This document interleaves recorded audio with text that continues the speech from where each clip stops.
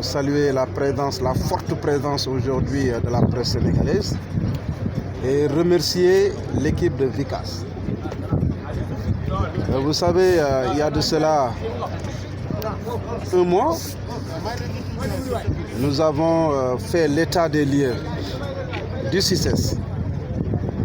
L'état des lieux qui nous a permis de mesurer le poids de la mission qui nous attend dans cette maison. C'est pour cela, j'ai dit, il y a des défis à relever.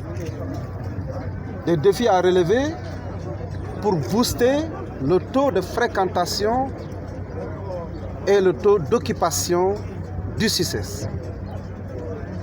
Le CICES ne se limite pas à la foire, à l'organisation de foires et de salons. Nous avons décidé à travers la feuille de route vraiment de rendre le CICES agréable, accueillant, convivial.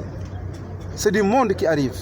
Ce monde-là, quand il arrive, il faut que le cadre soit un cadre propre. Nous sommes en train de dérouler cette feuille de route. Je suis heureux de recevoir, j'ai reçu M. Sow, que je n'ai jamais connu. Il m'a écouté à la radio. Il m'a suivi à la télé. Il a demandé une audience et je l'ai reçue. De façon spontanée, de façon bénévole, il a décidé de nous apporter son soutien. Voilà, aujourd'hui, nous sommes en train d'organiser vraiment une journée de remise à niveau du site. C'est pour cela que je remercie M. le DG ainsi que toute son équipe ici présente. Il a mobilisé 350 agents de techniciens de surface. Lui-même, il va revenir sur la logistique qu'il a déjà mise en place. Je vous ai dit, quand je suis arrivé, j'ai trouvé que vraiment c'était délabré. Occupation anarchique du site et nous avons décidé d'apporter une touche nouvelle.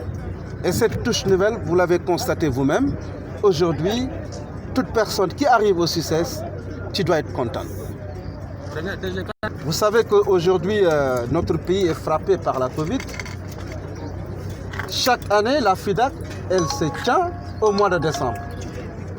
Mais nous avons vu la tendance baissière, nous avons reporté l'organisation de la foire pour le mois de mars, du 25 mars au 8 avril. On maintient.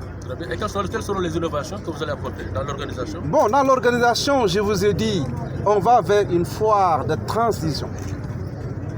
Il faut aller vers ce qu'on appelle une foire professionnelle. Plus de professionnels que d'informels.